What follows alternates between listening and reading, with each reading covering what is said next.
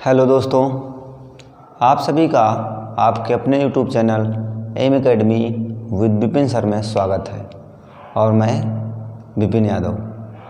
आज की जो क्लास है उसमें हम लोग पढ़ने वाले हैं डीएलएड 4th सेमेस्टर के साइंस पर। साइंस में फिजिक्स का एक टॉपिक चल रहा था विद्युत चुंबकीय क्षेत्र। इसमें सबसे पहले हमने आवेश के बारे में पढ़ा। पिछली क्लास में हम लोगों ने आवेश के बारे में पढ़ लिया कि आवेश क्या होता है और आवेश कितने प्रकार के होते हैं। तो आज का जो हमारा टॉपिक होगा उसमें हम लोग ये पढ़ने वाले हैं कि विद्युत धारा क्या है। बेसिक सी बात पढ़ेंगे, विद्युत धारा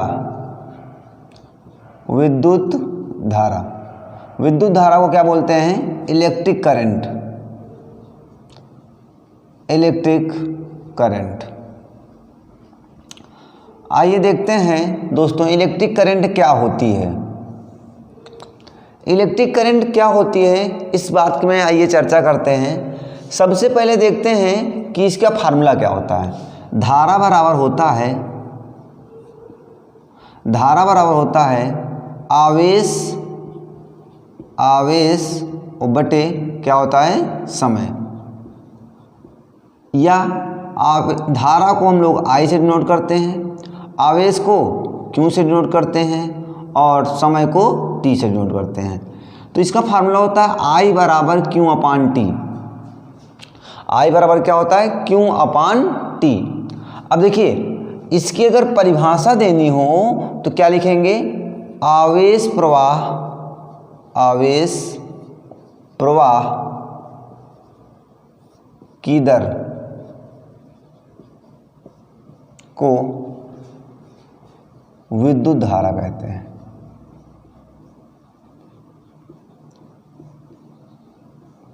आवेश प्रवाह की दर को विद्युत धारा कहते हैं। ठीक है, इसका मतलब कितने समय में क्या होती है? धारा प्रवाहित होती है, उसे ही क्या बोलते हैं? विद्युत धारा बोलते हैं। या यहाँ पर देखिए, धारा बराबर क्या होता है? आवेश बटे समय। या इस प्रकार से भी परिभाषित कर सकते हैं कि किसी चालक में आवेश और समय के अनुपात को विद्युत धारा कहते हैं। एक परिभाषा और बना सकते हैं। दूसरी परिभाषा क्या हो जाएगी? किसी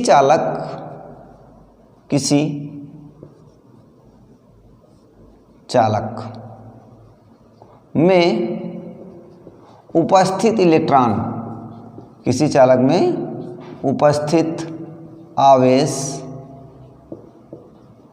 और समय के अनुपात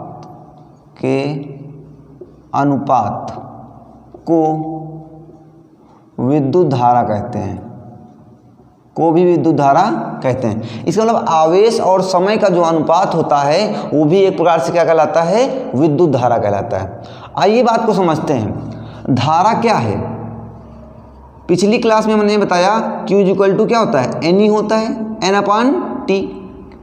इसका मतलब क्या निकल के आया कि E क्या होता है? इलेक्ट्रॉन का आवेश, और इलेक्ट्रॉन के आवेश के बारे में बताया गया था। E बराबर कितना होता है? 1.6 इंटू 10 की पावर माइनस का 19 कूलम। इलेक्ट्रॉन का आवेश N क्या होता है? N जो है यहाँ पर इलेक्ट्रॉनों की संख्या है, अब इलेक्ट्रॉनों की संख्या है तो क्या होगा?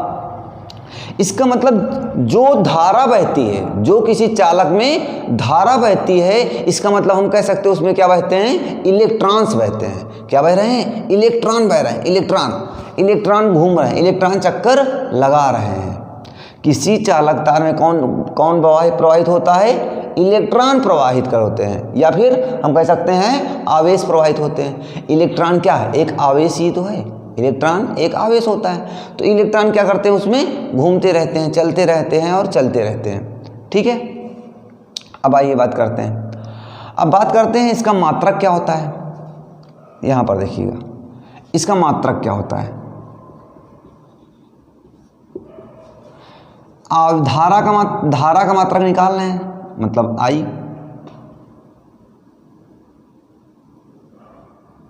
I बराबर आवेश, आवेश का मात्रक क्या होता है? कूलाम,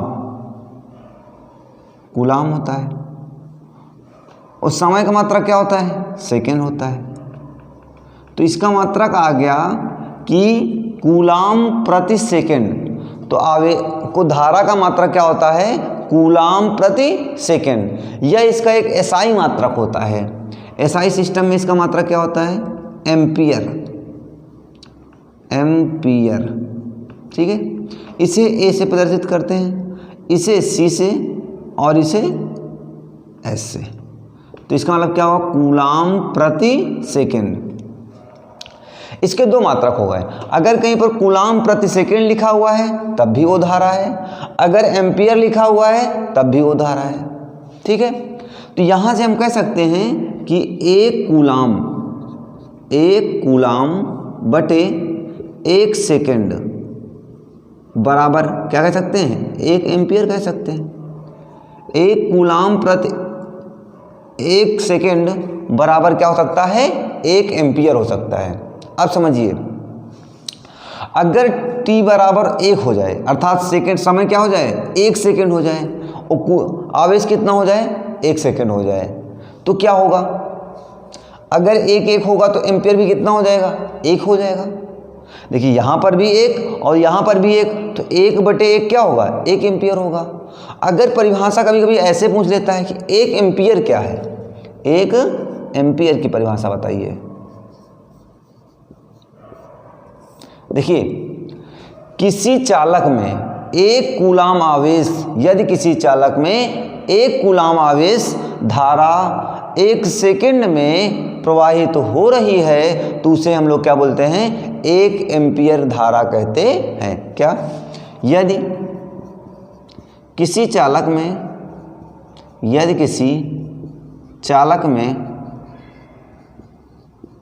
एक कूलाम आवेश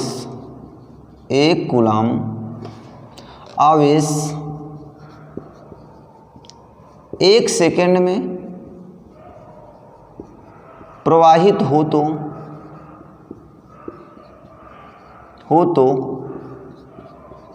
धारा 1 एम्पियर कहलाती है या 1 एम्पियर होगी। इसका मतलब क्या हुआ कि अगर किसी भी चालक में धारा जो है 1 एम्पियर कब होगी? जब एक कूलाम आवेश 1 सेकेंड में क्या होगा? प्रवाहित होगा। कूलाम क्या है? आवेश है, आवेश का मात्रक है ना। इसका मतलब जब आवेश जाएगा तो इसका मतलब क्या जाएंगे? इलेक्ट्रॉन जाएंगे, और जब इलेक्ट्रॉन जाएंगे तब भी तो विद्युत धारा प्रवाहित होती है। तब क्या हो जाएगी? विद्युत धारा प्रवाहित होने लगेगी। बात क्लियर है? चलिए आइए बात करते हैं आगे। तो ये क्या हो गया? हो गया एम्पियर, ठीक है। अब बात करते हैं, नोट हो गया सभी का? अब बात करेंगे हम लोग, मात्रक जान लिया क्या होता है? एम्पियर। एम्पियर होता है या कूलाम प्रति सेकंड होता है, ठीक है। अब जानेंगे इसकी दिशा, विद्युत धारा की दिशा। देखिए, अब विद्युत धारा एक्चुअल में क्या है? विद्युत धारा क्या है? आवेश प्रवाह की दर को विद्युत धारा कहते हैं। अब बात आई आवेश की प्रवाह मतलब क्या? बहना। आवेश प्रवाह मतलब क्या होता है? बहना। तो आवेश के प्रवाह की दर को हम लोग क्या बोलते हैं? विद्युत धारा कहते हैं। अब इसका मतलब जो धारा है वो किस पर डिपेंड करती है? आवेश पर डिपेंड करती है। धारा जो है वो आवेश पर डिपेंड करती है, तो इसका मतलब उसकी दिशा भी किस पर डिपेंड करेगी? आवेश पर डिपेंड करेगी। अब समझिए, इसका मतलब क्या हुआ कि यदि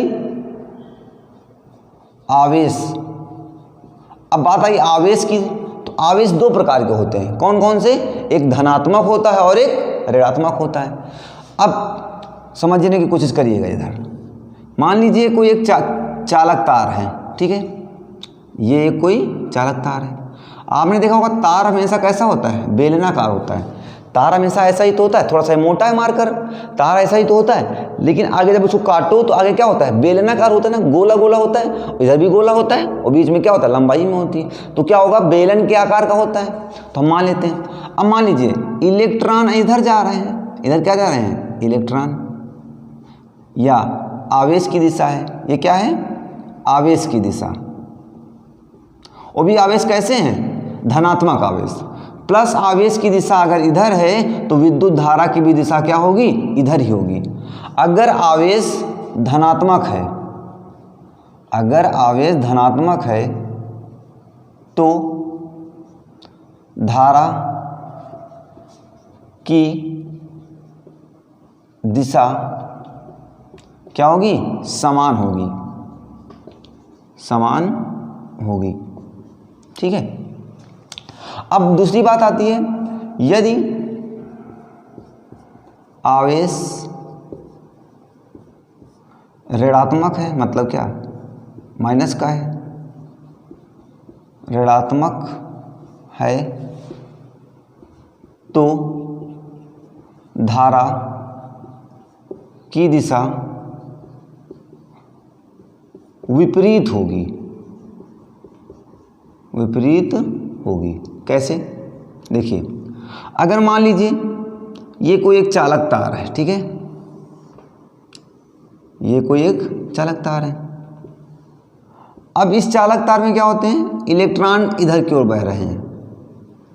आवेश क्या है, आवेश ऋणात्मक आवेश, ऐसे कह सकते हैं, ऋणात्मक आवेश की दिशा इधर है तो धारा की दिशा किधर होगी, इधर होगी। ये किसकी होगी, धारा की दिशा। और ये भी क्या होगी, ये हो जाएगी आपकी धारा की दिशा। अगर आवेश धनात्मक है तो धारा की दिशा आवेश की दिशा में होगी। अगर आवेश ऋणात्मक है तो धारा की दिशा आवेश के विपरीत में होगी। क्लियर है इतनी बातें। आइए अब बात करते हैं अगले पॉइंट की। अब एक बात आती है कि ये कैसी राशि है, कैसी राशि है, समझिए। आपने पढ़ा था राशियां दो प्रकार की होती हैं, एक सदिश राशि होती है और एक अदिश राशि होती है। अगर कोई पूछे धारा कैसी राशि है, धारा कैसी राशि है, तो धारा के पास देखा आपने दिशा भी होती है और क्या होता है, परिमाण तो होता ही होता है सभी की वस्तुओं के पास, या सभी राशियों के पास परिमाण होता है। तो ये कैसी राशि होनी चाहिए, सदिश राशि होनी चाहिए। लेकिन ये क्या होती है, अदिश राशि होती है। क्या होती है, अदिश राशि। अगर कोई पूछे धारा कैसी राशि है, तो धारा हमारी कौन सी राशि होती है, अदिश राशि होती है। अब आपके मन में आया होगा इस अदिश राशियाँ क्या होती है, जिनके पास परिमाण तो होता है लेकिन दिशा नहीं होती है। और अदिश राशि सदिश राशियाँ क्या होती हैं, जिनके पास परिमाण तो होता है और दिशा भी होती है, वो क्या कहलाती हैं, सदिश राशियाँ कहलाती हैं। इसके पास तो परिमाण भी है और दिशा भी है। अभी बताया, धन आवेश के कारण धन आवेश की दिशा में होगी और ऋण आवेश के कारण ऋण आवेश की विपरीत दिशा में होगी। तो इस कंडीशन में करना क्या होगा, इस कंडीशन में हमको ये करना होगा कि समझिए, मान लीजिए यहाँ से 5 एम्पियर की करंट आ रही है और इधर से 3 एम्पियर की करंट आ रही है, तो इधर कितनी जाएगी, 5 3 8 एम्पियर की करंट जाएगी, इधर की ओर चली जाएगी। अब आपने देखा कि ये क्या हो रहे हैं, जुड़ जा रहे हैं ना, ये क्या हो रहे हैं, जुड़ जा रहे हैं। और इनके पास क्या है, 5 क्या होता है, परिमाण, और इधर 3 परिमाण है, और ये क्या है, इसकी दिशा ही तो है। इसके पास परिमाण भी है और दिशा भी है, फिर भी एक ऐसी राशि है, अदिश राशि है। क्यों, क्यों, आइए बात को समझते हैं। एक्चुअल में राशियां 3 प्रकार की होती हैं। एक होती है अदिश राशि, एक क्या होती है, सदिश राशि, एक होती है प्रदिश राशि। इसे बोलते हैं स्केलर, इसे देखते हैं वेक्टर, और इसे क्या बोलते हैं, टेंसर। टेंसर। अब सदिश राशियां क्या होती हैं, जिनके पास परिमाण तो होता है और दिशा नहीं होती है, तो केवल परिमाण होता है, ठीक है। इसके पास क्या होती है, परिमाण और प्लस क्या होती है, दिशा दोनों होती है। और इसके पास भी दिशा और प्लस परिमाण दोनों होता है। लेकिन इसमें अंतर क्या होता है, प्रदिश राशियों में क्या होता है, ये सदिश नियम का पालन नहीं करती हैं, सदिश नियम का पालन नहीं करती हैं।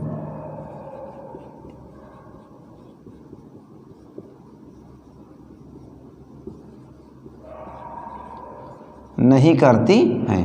अगर एक्चुअल में देखा जाए तो हमारी जो विद्युत धारा होती है ये कैसी राशि होती है, प्रदिश राशि होती है, प्रदिश राशि होती है। ये आपने बीएससी सेकेंड ईयर में पढ़ा होगा, बीएससी सेकेंड ईयर की बुकों में दिखाया गया है, सेकेंड फाइनल में भी है कि राशियां कितने प्रकार की होती, 3 प्रकार से, एक स्केलर होती है और एक वेक्टर होती है और एक क्या होती है, टेंसर होती है।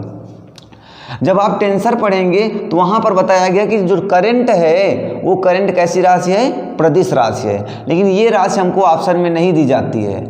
अगर आपके पास ऑप्शन में प्रदिश राशि है, अगर आपसे क्वेश्चन ऐसा पूछ लिया जाए कि विद्युत धारा कैसी राशि है और ऑप्शन में मिल जाए कि प्रदिश राशि है ऑप्शन में, तो पहली प्राथमिकता तो आप प्रदिश राशि की दे देंगे। अगर प्रदिश राशि नहीं है तो क्या लिखाएंगे, अदिश राशि। सबसे पहली प्रायोरिटी तो हम देंगे प्रदिश राशि को, अगर नहीं है तो देंगे अदिश राशि को। लेकिन सदिश राशि नहीं कह सकते हैं। ये सदिश राशि क्यों नहीं है, परिमाण भी है दिशा भी है, लेकिन सदिश राशि नहीं है। क्यों, क्योंकि यह सदिश नियम का पालन नहीं करती है, इसलिए यह एक अदिश राशि मानी जाती है। ठीक है, ओके, आगे देखते हैं। अदिश राशि हो गई। अब बात करते हैं हम लोग धारा के प्रकार, टाइप्स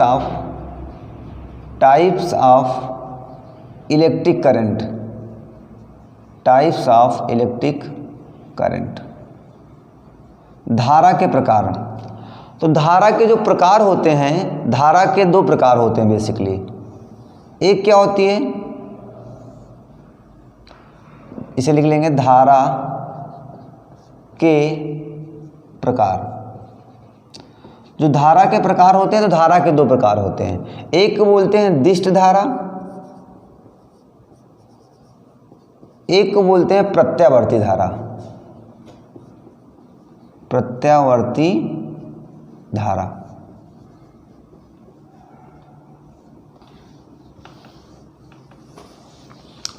अब दिष्ट धारा क्या होती है, अर्थात हम कह सकते हैं सेल कामा बैटरी से प्राप्त धारा दिष्ट धारा कहलाती है, दिष्ट धारा कहलाती है। अब हमको जो बैटरी के द्वारा जो धारा मिलती है उसे हम लोग क्या बोलते हैं, दिष्ट धारा। इसे बोलते हैं डीसी, या इसे बोलते हैं डायरेक्ट करंट। क्या बोलते हैं, डायरेक्ट करंट। और इसे हम लोग बोलते हैं AC, alternating current, alternating current. ये थी एसी और डीसी हमारे पास। ठीक है, जैसे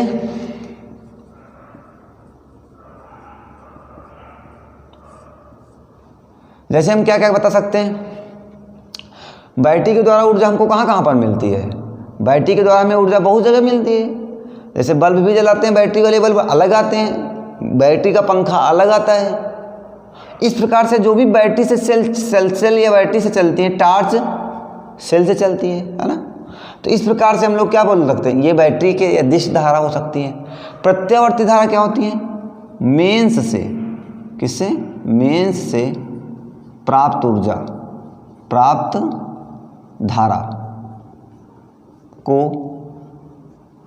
दिष्ट धारा कहती है, को प्रत्यावर्ती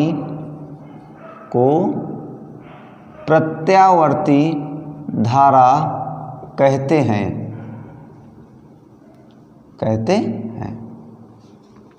जैसे विद्युत मोटर में, फ्रिज में, टीवी में, कूलर में, एसी में, इनमें सब में क्या होती है? प्रत्यावर्ती धारा होती है। कौन सी करंट होती है? एसी करंट होती है। अब देखिए एक सबसे और क्या बढ़िया एग्जाम्पल है, इसकी पहचान क्या है? इसकी दिशा नियत होती है। इसकी दिशा क्या होती है? नियत मतलब बदलती नहीं है। प्रतिदिष्ट धारा की जो दिशा होती है वो परिवर्तित नहीं होती है, और जबकि प्रत्यावर्ती धारा की जो दिशा होती है वो क्या होती है? परिवर्ती होती है। इसकी जो दिशा होती है वो क्या होती है? परिवर्ती होती है। परिवर्ती मतलब क्या होती है? बदलती रहती है। अगर दिष्ट धारा का ग्राफ बनाए हम तो ये ऐसे बनती है दिष्ट धारा, ऐसे, ये ऐसे चलती रहती है। ठीक है, तो समझ गए कि दिष्ट धारा और प्रत्यावर्ती धाराएं क्या होती हैं।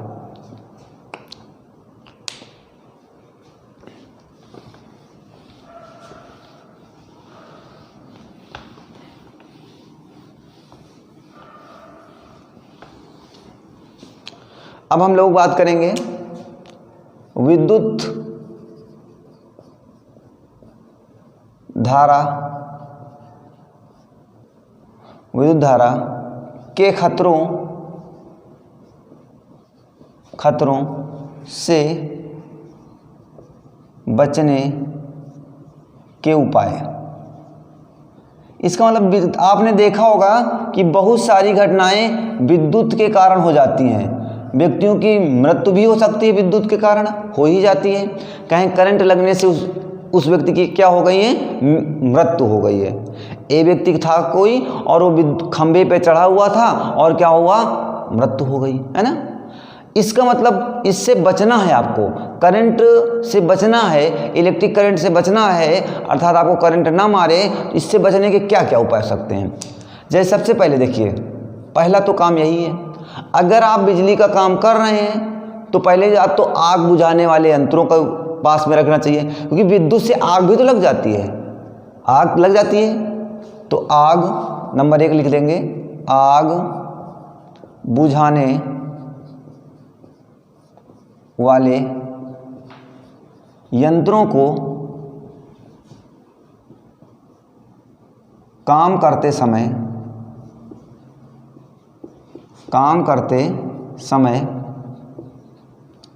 पास रखें या रखना चाहिए।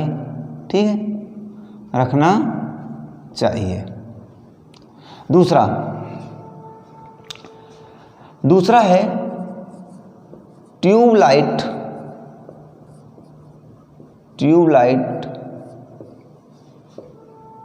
की जगह एलईडी बल्ब का प्रयोग करें। एलईडी बल्ब का प्रयोग करें या करना चाहिए। एलईडी बल्बों में देखा होगा खतरा कम होता है ना। ठीक, अगला पॉइंट, कटे फटे तारों को बदल देना चाहिए। बदल देना चाहिए। ठीक है, अब जो कटे फटे तार हों, घर में अगर आपके कटे फटे तार लगे हुए हैं तो उनको क्या कर देना चाहिए? बदल देना चाहिए। ये क्या है? बचने के उपाय हैं। विद्युत धारा से बचने के हमारे पास ये सारे के सारे उपाय हैं। अब चौथे पॉइंट की बात करते हैं, ये देखते हैं। चौथा पॉइंट क्या कहता हमारा? बिजली के खंभों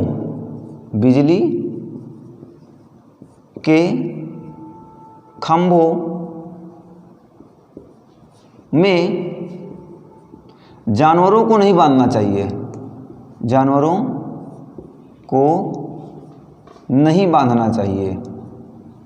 आपने देखा होगा गांवों में क्या होते हैं, बिजली के खंभे से क्या होते हैं? जानवरों को बांध देते हैं और कभी कभी ऐसी घटनाएं हो जाती हैं कि उसी बिजली के खंभे में क्या होती है, करंट उतर जाती है, अर्थिंग आ जाती है और जिससे जानवरों की क्या हो जाती है, मृत्यु हो जाती है। तो इन सारी चीज़ों को, ऐसे छोटी छोटी बातों को हमको ध्यान में रखते हुए बिजली से क्या हो सकता है, बचा जा सकता है। ठीक है, आइए बात करते हैं, अगले पॉइंट की बात करते हैं। तो अगले पॉइंट की बात करें, धात्विक तारों से, धात्विक वस्तुओं से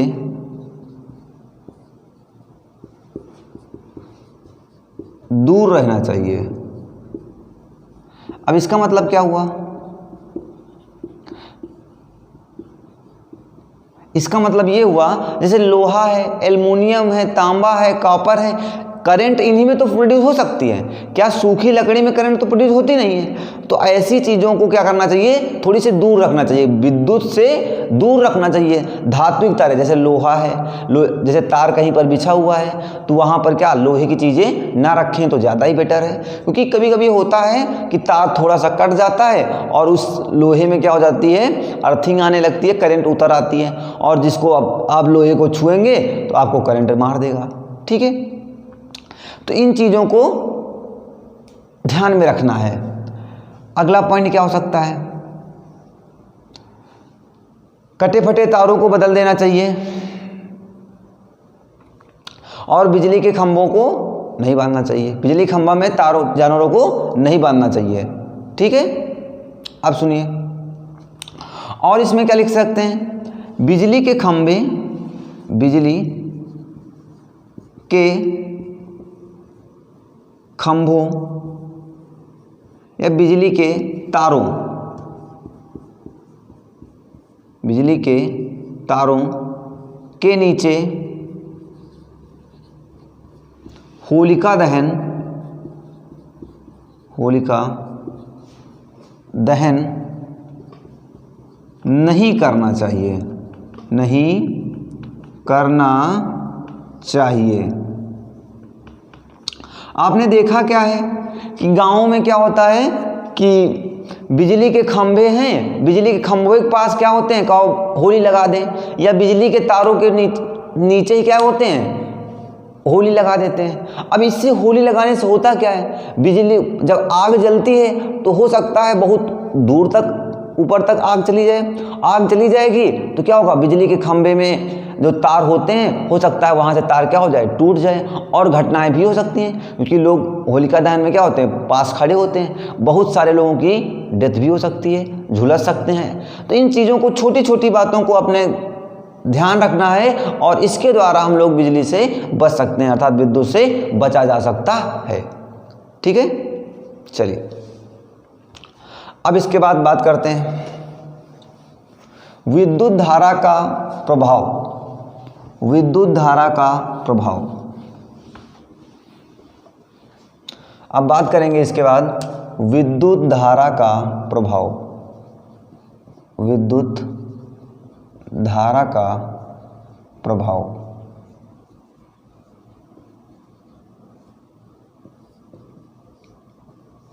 effect of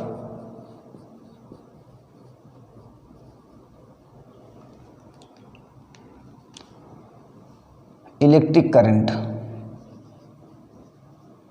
effect of electric current. क्या क्या इफेक्ट है, आइए सबसे बात करते हैं। सबसे पहले इसका एक क्या होता है, ऊष्मी प्रभाव। क्या होगा, ऊष्मी प्रभाव या चुंबकीय प्रभाव। इसके दो प्रभाव हमको पढ़ना है, एक होता है चुंबकीय प्रभाव, चुंबकीय प्रभाव, इसका मतलब होता है मैग्नेटिक इफेक्ट। क्या होगा, मैग्नेटिक इफेक्ट। मैग्नेटिक इफेक्ट क्या है, देखिए जब हम किसी तार में धारा प्रवाहित करते हैं तो उस तार के चारों ओर एक चुंबकीय क्षेत्र उत्पन्न हो जाता है और इस चुंबकीय क्षेत्र उत्पन्न को ही हम लोग क्या बोलते हैं, चुंबकीय प्रभाव कहते हैं, चुंबकीय प्रभाव कहते हैं। जैसे समझिए, आपने देखा होगा कि कभी कभी ऐसा बोला जाता है कि बिजली के खंभों के पास मत जाइए, बिजली के खंभों के पास ना जाइए। क्यों? क्योंकि कहते हैं कि अर्थिंग उतरने लगती। क्या होती है? अर्थिंग उतरने लगती है। अब समझिए, जैसे मान लीजिए हाई वोल्टेज की लाइन जा रही है, हाई वोल्टेज, ये हाई वोल्टेज की लाइन जा रही है। अब ये हाई वोल्टेज की जब लाइन जाती है तो कहते हैं बड़ी वोल्टेज वाली लाइनों के पास नहीं जाते। क्यों? क्योंकि वहाँ पर जब करंट ज़्यादा होती है तो चुंबकीय क्षेत्र भी क्या होता है? ज़्यादा होता है। जब वो चुंबकीय क्षेत्र ज़्यादा होता है तो क्या होती है? वस्तु अपनी ओर क्या करती है? चिपका लेती है। क्या कर देगी? चिपका लेगी। जैसे कहें कि चुम्बक जैसे चिपक जाते हैं ना, वैसे भी इलेक्ट्रिक करंट भी अपनी ओर क्या कर लेती है? खींच लेती है। क्यों? क्योंकि वहाँ पर क्या उत्पन्न हो जाता है? चुंबकीय क्षेत्र उत्पन्न हो जाता है। वहाँ पर एक चुंबकीय क्षेत्र उत्पन्न हो जाता है। उस चुंबकीय क्षेत्र के कारण जो भी उसके चालक पदार्थ होंगे, जो भी उसके कंडक्टर्स होंगे, उन कंडक्टर्स को वो क्या करेगी? अपनी ओर खींच लेगी, अपनी ओर खींच लेगी। ठीक है, तो इस प्रकार से किसी में क्या हो जाता है? चुंबकीय प्रभाव हो जाता है। तो ये बात को समझते हैं। तो चुंबकीय प्रभाव क्या है? जब किसी चालक में धारा प्रवाहित की जाती है, धारा प्रवाहित की जाती है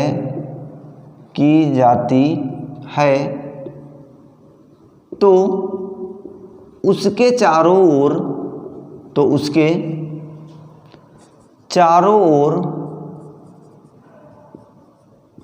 चुंबकीय क्षेत्र उत्पन्न हो जाता है। चुंबकीय क्षेत्र उत्पन्न हो जाता है। जब किसी चालक तार में धारा प्रवाहित की जाती है तो उसके चारों ओर क्या उत्पन्न हो जाता है? चुंबकीय क्षेत्र उत्पन्न हो जाता है। एग्जाम्पल में देखते हैं, धारामापी इसी प्रणाली पर कार्य करती है। जो धारामापी होती है इसी प्रणाली पर कार्य करती है। ये धारामापी क्या है? धारा को मापती भैया। क्या करेगी? धारा को मापेगी। धारामापी क्या करेगी? धारा को मापेगी। जैसे मान लीजिए तार है, ठीक है। अब इस तार में वो होता है, अपने दुकानदारों के पास देखा हो जो इलेक्ट्रिक का काम करते हैं, करते क्या है? ऐसे लगा देते हैं और उसमें बता देता है कि इसमें करंट जा रही है कि नहीं जा रही। कैसे पता करता है? वो पता करता है कि इस चालक तार में क्या उत्पन्न हो गया होगा? चुंबकीय क्षेत्र उत्पन्न हो गया होगा। जब उसमें चुंबकीय क्षेत्र उत्पन्न हो जाएगा तो उसके चारों ओर क्या तो धारामापी क्या करेगी? ये बता देगी कि उसमें करंट आ रहा है कि नहीं आ रहा है। उसके बाद दूसरा इफेक्ट पढ़ते हैं हम लोग। चुंबकीय प्रभाव हो गया, एक होता है तापीय प्रभाव। क्या होता है? तापीय प्रभाव।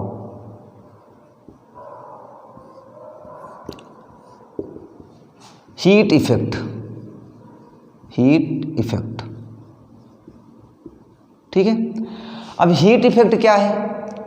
मतलब विद्युत धारा के कारण, किसके कारण? विद्युत धारा के कारण उत्पन्न ताप को तापीय प्रभाव कहते हैं। तापीय प्रभाव कहते हैं। अब बात को समझिए कैसे। आपने हीटर देखा? हीटर क्या होता है? एक करंट ही तो आती है, उसमें तार बिछा होता है और वो तार क्या हो जाता है? धीरे धीरे जब करंट फैलती रहती तो क्या हो जाता है? हीट हो जाता है, ऊष्मा उत्पन्न करता है। क्या? ताप ही तो उत्पन्न करता है। ब्लोअर, हीटर, ब्लोअर है ना, कमरा गर्म करने वाला यंत्र, या ऐसे ब्लोअर क्या होगा? वही होगा। प्रेस भी क्या करता है? यही तो काम करता है, आदि। आपने हीटर के बारे में देखा, ब्लोअर देखा, आपने प्रेस देखा, ये सारे क्या करते हैं? इलेक्ट्रिक करंट को, जो इलेक्ट्रिक करंट आती होती है उसको किस में कन्वर्ट कर देते हैं, हीट एनर्जी में, मतलब ऊष्मा के रूप में परिवर्तित कर देते हैं। जैसे करंट आ रही है, आप हमें देख पा रहे हैं, क्यों देख पा रहे हैं, क्योंकि लाइट लगी हुई है, लाइट मतलब बल्ब लगा हुआ है, तो ये बल्ब क्या है, प्रकाश ऊर्जा है। जो इलेक्ट्रिक करंट आई वो इलेक्ट्रिक करंट किस में परिवर्तित हो गई, प्रकाश ऊर्जा में परिवर्तित हो जाती है। तो इस प्रकार से क्या हो जाएगा, प्रकाश ऊर्जा भी उत्पन्न हो जाती है। ठीक है, तो ये क्या थे हमारे पास, विद्युत धारा का प्रभाव। विद्युत धारा का प्रभाव दो प्रकार से होता है, एक चुंबकीय प्रभाव होता है और एक तापीय प्रभाव होता है। ठीक है, अब देखते हैं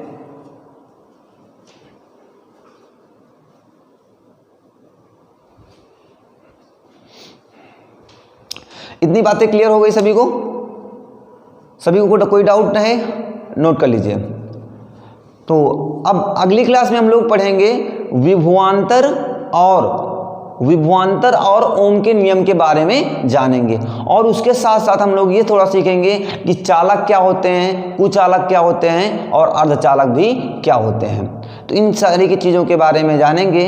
अगर आपको ये वीडियो पसंद आया है तो प्लीज़ चैनल को लाइक करें और चैनल को सब्सक्राइब कर लें और वीडियो को लाइक करें और ज़्यादा से ज़्यादा अपने दोस्तों में शेयर करें, जिससे कि उनको भी इस टॉपिक से कोई समस्या ना हो। तो बाय बाय दोस्तों, मिलते हैं हम लोग अगले वीडियो में। जय हिंद।